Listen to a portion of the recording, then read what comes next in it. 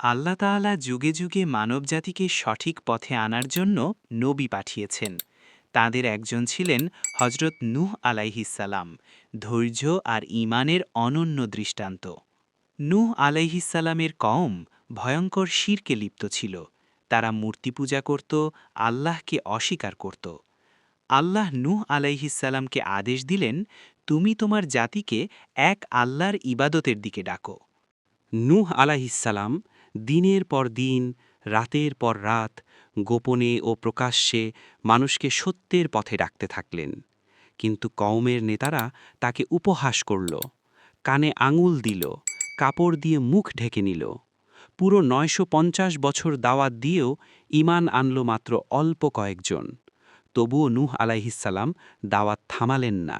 অবশেষে আল্লাহর আদেশ এলো, হে নূহ, তুমি একটি নৌকা তৈরি করো। শুকনো মাটিতে নৌকা বানাতে দেখে লোকেরা হাসাহাসি করল, বলল, পানি ছাড়া নৌকা? হঠাৎ আকাশ থেকে প্রবল বৃষ্টি নামল। পৃথিবীর বুক ফেটে পানি বের হতে লাগল। নূহ ঈমানদার ও প্রাণীদের নৌকায় তুললেন। অবিশ্বাসীরা প্লাবনে ধ্বংস হয়ে গেল। এমনকি নূহ এর নিজের ছেলেও ঈমান না আনার কারণে রক্ষা পেল না।